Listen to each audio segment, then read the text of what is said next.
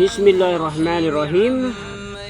Assalamualaikum warahmatullahi wabarakatuh.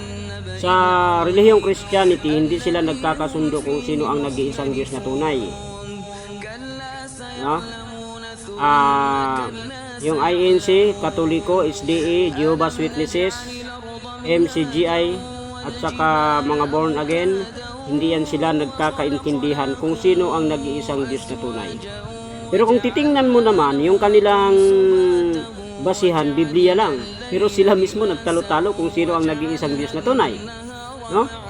So, bakit kaya? No? Dahil, ang dahilan, ang Biblia. Sapagkat ang Biblia ay hindi malinaw yung pagpapahayag kung sino ang nag-iisang Diyos na tunay. Kaya't ang resulta, lahat ng mga naniniwala sa Bible, hindi sila magkakasundo. Sila mismo nagtatalo-talo kung sino ang nag-iisang Diyos na tunay. Pero alhamdulillah, sa Quran, sa relihiyong Islam, ay ipinahayag ni Allah subhanahu wa ta'ala kung sino siya. Innani anallahu la ilaha illa ana fa'budni wa aqimis salata li dhikri. Katotohanan, ako si Allah, walang karapat dapat sambahin maliban sa akin. Kaya't sambahin ninyo ako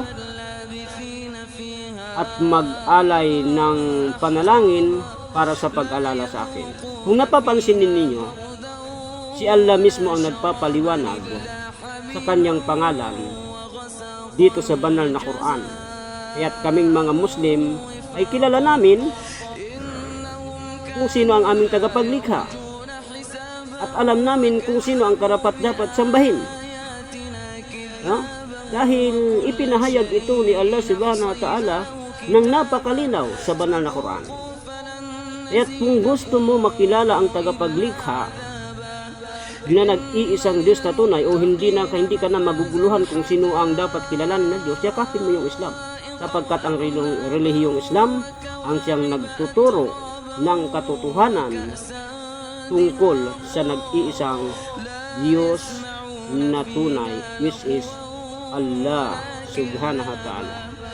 Maraming salamat. Assalamualaikum.